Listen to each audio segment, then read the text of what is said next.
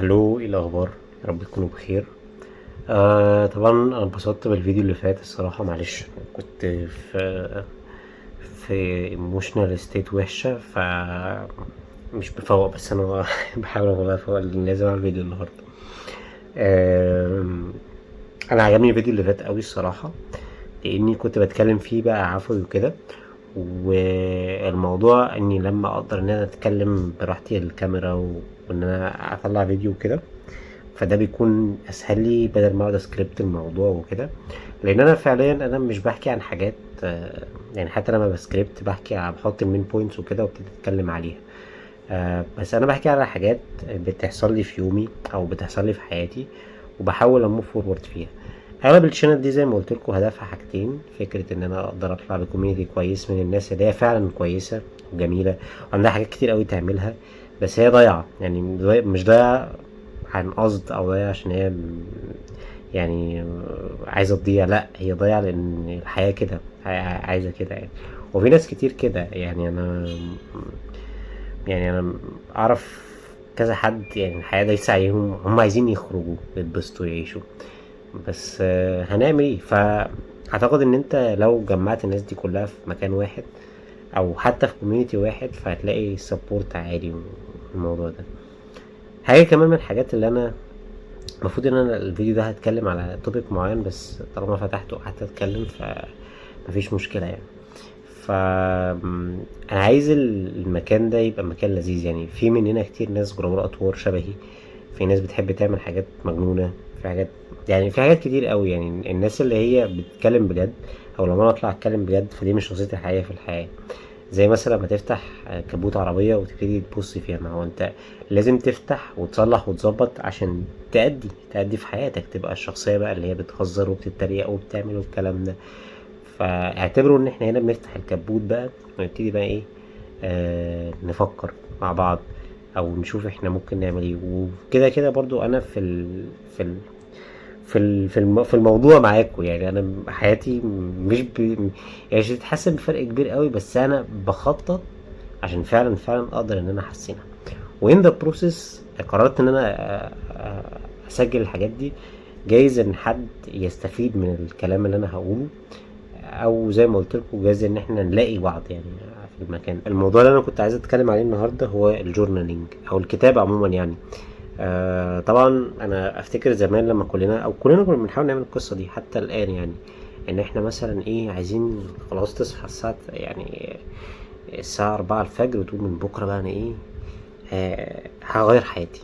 حلو، تروح واخد بقى ايه، كراسة او تاخد ورقة، تروح مسطرها وتكتب جدول اليوم وتعمل كذا وكذا وتحط وتعمل ومش عارف ايه، وفي الاخر ولا تعمل منه اي حاجة اصلا يعني. فطبعا الكلام ده حصل لنا كلنا. فانا عارف احساس الناس مع فكرة الورقيات، او ان انت تقعد تعمل حاجة زي كده، يعني تنظم وقتك وكده. وبرضو كان حاجة قريتها قبل كده عن الموضوع ده، فكرة ان انت يعني بتحاول تقعد بقى تنظم ال ال ال ال وقتك، لدرجة ان انت بيضيع وقت في تنظيم الوقت اكتر من الوقت ده كان ممكن انت تصرفه او تحطه في فكرة ان انت تعمل حاجات بقى اللي انت اصلا المفروض تعملها. فدي اغلب المشاكل اللي احنا بنقابلها في موضوع الجورنالينج ده. طيب، ايه اللي احنا او ايه مفهومي بقى عن الجورنالينج؟ هل مفهومي عن الجورنالينج تنظيم الوقت والكلام ده وكده؟ خالص.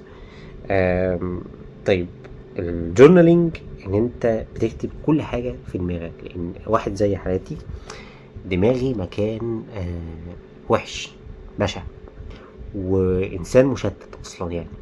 فبفكر في مليون الف حاجة سوا. حلو، عايز اعمل كذا وكذا وكذا وكذا وكذا. فالنتيجة للموضوع ده ان انا بروح اعمل ده شوية وده شوية وده شوية، واعمل حتة هنا وحتة هنا ومش عارف ايه. طيب، لما بدأت الجورنالينج، يعني لو هنفتح اول صفحة يعني هتلاقيني بدأت تقريبا كنت اتفرجت على فيديو لواحد اسمه ادهم. هو شخص جامد الصراحة في موضوع المنتال هيلث وكده. وكنت طالع من ريليشن شيب، ابتديت اكتب العيوب اللي كانت عندي في الريليشن شيب وكده عشان اقدر اموف اون في حياتي. حلو. وللاسف لما بتبقى طالع من حاجه زي كده بتلاقي نفسك ان انت بتشتاق للموضوع ده، وتلاقي نفسك تحط في نفسك في حته لا هي الموضوع انتهى خلاص لسبب فانتهى.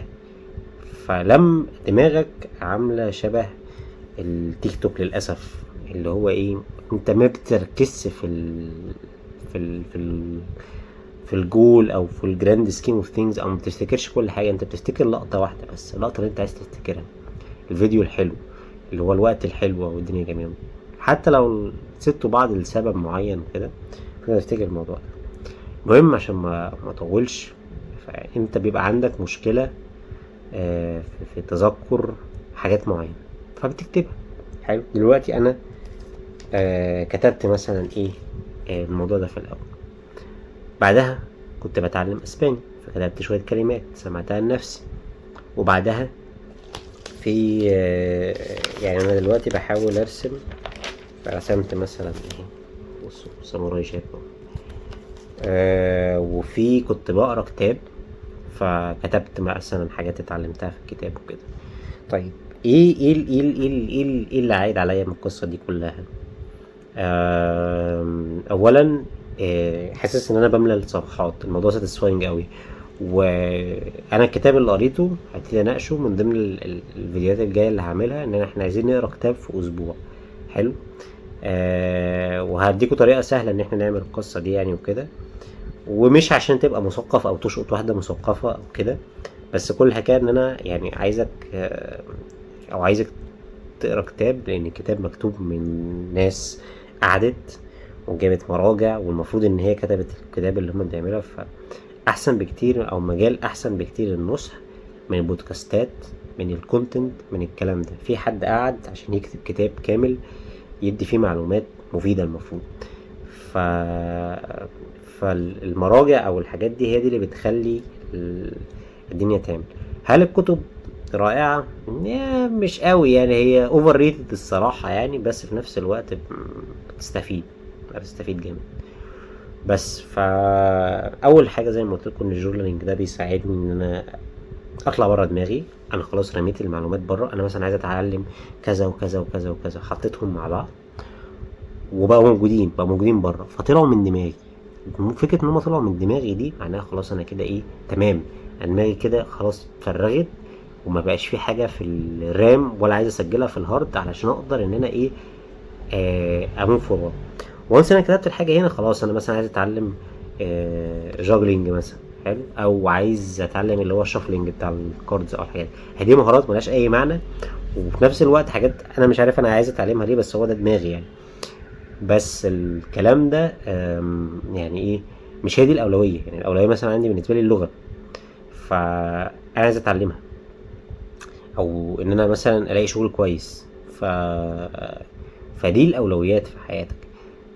لو انت دماغك ايدي يعني، مش ايدي اتش دي بقى، عشان انا هو هايبر اتنتيف ديس اوردر، بس مش الاكتيفيتي يعني اللي عندي. فدماغك هتلاقيها بتوديك تمرجحك في كل حته، فده بيساعدك ان انت تعمل الموضوع ده. غير كده ان انت كل ما بتملى كل ما بتعمل حاجه، صوت الورقه اصلا وهي بتتقلب الموضوع ساتسفاين جدا، وساعدني كتير قوي الصراحه ان انا ايه، اقدر ان انا ارتب اطلع بره. فاهمين قصدي؟ دي من الحاجات الصراحه اللي حبيت اشاركها معاكم. و... وسواء انت بقى بتتعلم حاجه معينه، بتذاكر لحاجه معينه، ايا كان بقى اللي انت بتعمله، حاول انت بتكتبها. كتابة الحاجة او كتابة الحاجة عموما يعني بتثبت المعلومة جدا يعني. جزء برضو من الجورنالينج ان انت بتطلع الايموشنز اللي جواك في الكتابة. واحد من طرق تطليع الايموشنز اللي انا بستعملها هي الفيديوهات دي. الكتابة برضو حاجة كويسة. بس دي من الادوات اللي هي ساعدتني ان انا انظم حياتي. مش لازم بقى التنظيم اللي هو ايه اعمل جدول اكيوريت قوي، بس انا بحط الحاجات اللي انا عايز اعملها وكده.